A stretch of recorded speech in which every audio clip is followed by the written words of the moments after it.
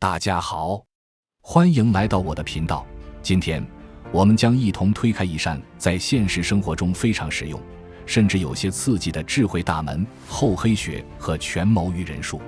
这不仅仅是小说或电影里的情节，也是我们在现实生活中必须要掌握的生存策略和心法。开始之前，大家务必动动你的手指，点点关注，点赞。首先，让我们深度探讨一下所谓的菩萨心肠、魔鬼手段。我们都知道，佛教的核心思想是慈悲为怀，观世音菩萨以救苦救难闻名于世。然而，在寺庙中，我们会看到一些面目狰狞的佛像，这些形象不是无缘无故的。为什么连菩萨也要展现出魔性的一面呢？因为我们所处的世界充满了险恶，光靠慈悲是不足以普度众生的。在佛法中，慈悲心可以感化那些心地善良的人，但对于那些顽固不化、心怀恶意的人，单纯的善良可能就不足为力了。这时，菩萨会使用一些震慑手段，先将他们收服，然后再逐步感化他们。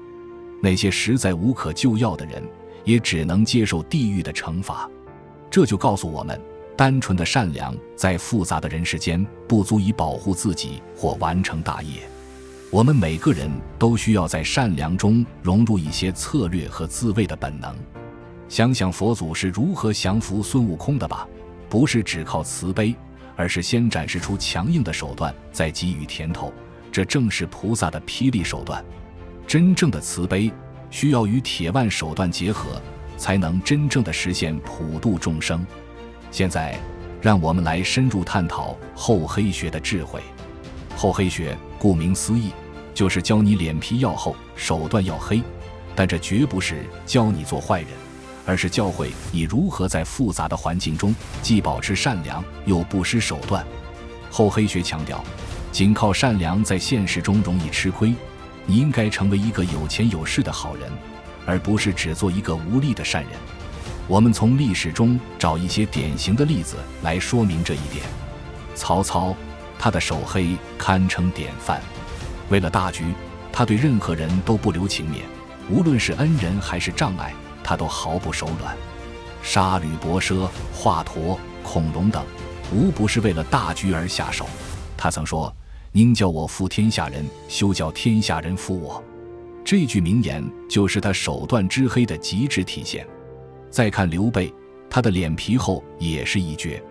他善于哭泣，借荆州时泪水连连，让孙权暂时心软借给他，但之后却再也没有还过。这种厚脸皮不仅是表面功夫，更是一种策略，让人在他面前放下戒心。在人际交往中，我们要特别警惕伪君子，他们是最难防备的对手。他们在小事上做好事，赢得信任，但在关键时刻却做坏事，让你防不胜防。利益的分配要巧妙，避免到最后因为大利益而掀起风波，因为利益一旦大了，人性的自私就会显现出来。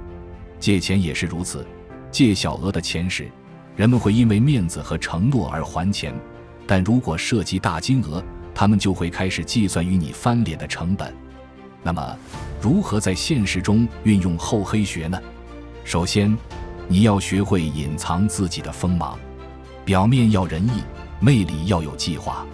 曹操打着挟天子以令诸侯的旗号，刘备打着匡扶汉室的幌子，梁山好汉也打着替天行道的旗帜。这都是在为自己的利益披上了一层道德的外衣。做任何事前，你需要有一个响亮的口号或崇高的使命感，这样才能吸引人心，让原本无所谓正义的事业变得正当起来。在职场中，很多人会遇到被欺负的情况，尤其是新人。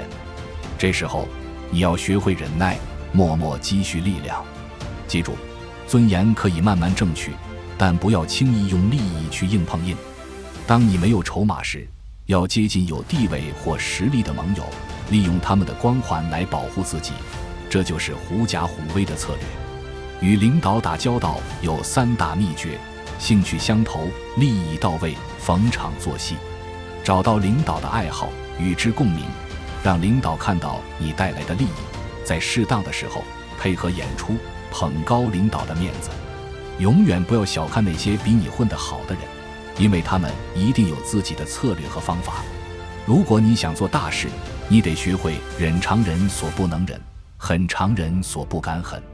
平时要隐藏自己的锋芒，关键时刻却要一击必中。这需要你对时机的把握，要在有实力时展示你的獠牙。我们谈到武侠小说，常常看到大侠在击败敌人后放过他们，这是一种英雄情怀。但在现实中，这样的情怀可能换来的是敌人的卷土重来。马基雅维利曾经说过，斩草不除根，春风吹又生。毛主席在解放战争中提出漓江胜勇追穷寇，不可沽名学霸王的策略，强调要彻底消灭敌人，防止他们的反扑。这告诉我们，在对待敌人上，要么不要伤害，决定伤害就必须彻底铲除他们的报仇能力和机会。厚黑学和权谋育人术教我们，在这个复杂的世界里，单靠善良和正直是不够的。有时候，我们需要在善良中加入一些策略和手段，才能保护自己，成就事业。记住，厚黑的本质不是为了害人，而是为了更好的行善，成就自己和身边的人。而且，在日常生活中，厚黑学不仅仅是关于如何对付敌人，更是关于如何管理自己和与他人相处的一种艺术。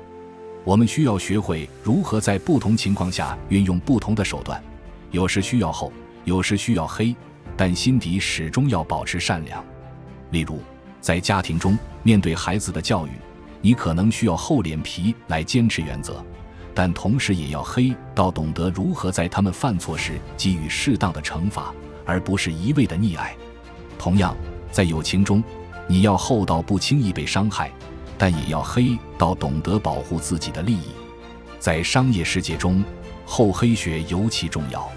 你必须学会在竞争中保持厚脸皮，面对失败或批评时保持冷静，同时在关键时刻黑到能够迅速抓住机会，甚至不惜一切代价去争取胜利。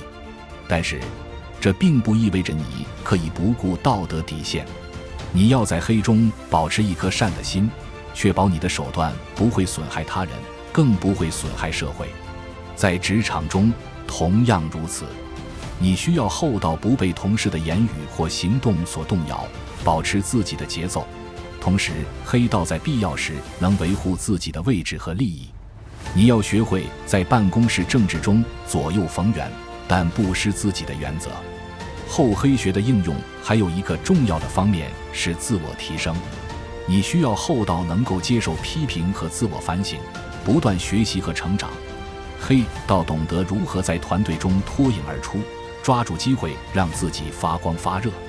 最后，我们要记住，厚黑学不是为了让你成为一个没有道德的人，而是让你在复杂的现实世界中找到平衡，运用智慧去提升自己，去帮助他人。厚黑学教我们如何在保持善良的同时不被恶意所伤，如何在保护自己的同时也能帮助那些需要帮助的人。这是一个关于智慧、策略和人性的深入探讨。希望通过今天的分享，大家能在生活中更好地运用这些智慧，既能守护自己，又能在复杂的人际关系中游刃有余。而在更广的意义上，厚黑学教会我们如何在社会中生存和发展，不仅为自己，也为他人。现在让我们来看看这些智慧如今具体能应用的场景。在社会活动中，厚黑学可以教你如何在交际场合中游刃有余。你要学会在不同的场合下展现不同的自己，有时你需要厚到不被流言蜚语所动，保持自己的立场；有时你需要黑到能够迅速适应环境，抓住机遇，甚至在必要时展示自己的力量或智慧。在经济活动中，厚黑学可以帮助你成为一个成功的商人。你要厚到能够接受市场的起伏，耐心等待机会，甚至在看似不利的局面中找到突破口。你要黑到能够在竞争中维护自己的利益，巧妙的谈判和博弈，同时不失底线。在政治活动中，厚黑学教你如何在权力斗争中生存和发展。你需要厚道，能够忍受暂时的失败或挫折，保持长远的眼光。你要黑道，在关键时刻能做出果断的决策，甚至运用策略去影响局势。但这并不意味着牺牲自己的道德。在个人成长中，厚黑学提醒我们要不断提升自己。你要厚道，能够自我批判，接受自己的不足并努力改进。你要黑道，在人际关系中学会保护自己，同时也帮助他人成长。在国际关系中，国家之间也需要运用厚黑学的智慧。